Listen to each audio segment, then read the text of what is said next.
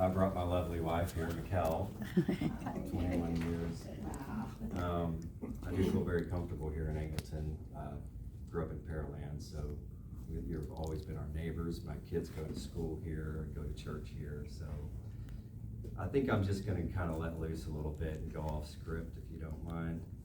My wife, I love it, she's covering her eyes. Like, no, don't do this, Mike. Don't do this, Mike. No, I actually have engraved on my ring, been wearing this ring for 21 years. Inside of it, I have the word integrity engraved in it. I no means would say that I'm perfect, but I've been trying really hard. I actually did build a business off one of the values of integrity, and among many other values was integrity and debt-free. I think that's a great place to be for the timing of the Port Commissioner. I bring in a lot of experience in regards to building a tax or a debt-free company in order to sustain as a tax-free government entity. There's some things that we do different. Like, for instance, in a government, you typically operate off of a budget. In a debt-free business, you kind of operate off of a budget. You like to set some goals in the beginning, but in all reality, you run off of weekly cash flow. In order to do that, you have to have a know-how and a system in place. And I actually did design a system that I created that I call CLORPS. It's cash, labor, operations, receivables, payables, and sales. That's something that I don't necessarily see them doing that currently. So basically what I do, just to get into a little bit of the technical of it, I take cash plus operations plus receivables minus sales, okay?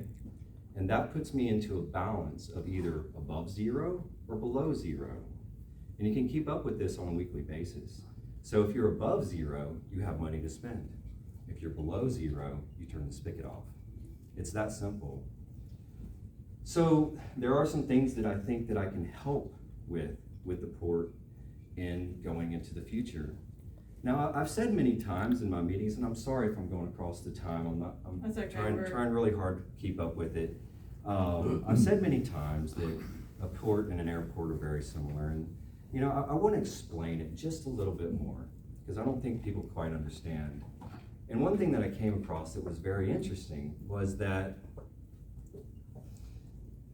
the Freeport just celebrated its centennial, right? Is it hard to believe that aviation just celebrated its centennial as well?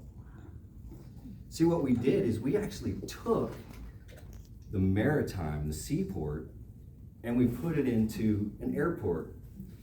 And we just had to do it. We took everything that they had learned at the seaport and applied it to an airport and put it into hyperdrive and fitted it into the speed of sound.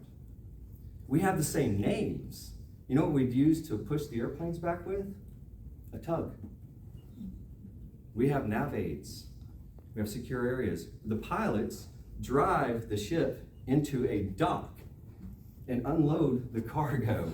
It's very similar, and what an opportunity to have someone who is a business leader.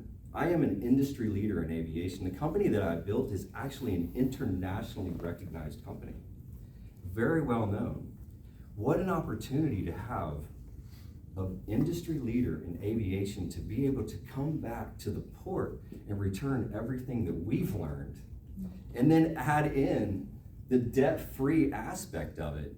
I mean, guys, it's almost divine. And that draws me, I guess, to the final point, and like I said, I'm gonna go off script a little bit with you guys because I feel comfortable.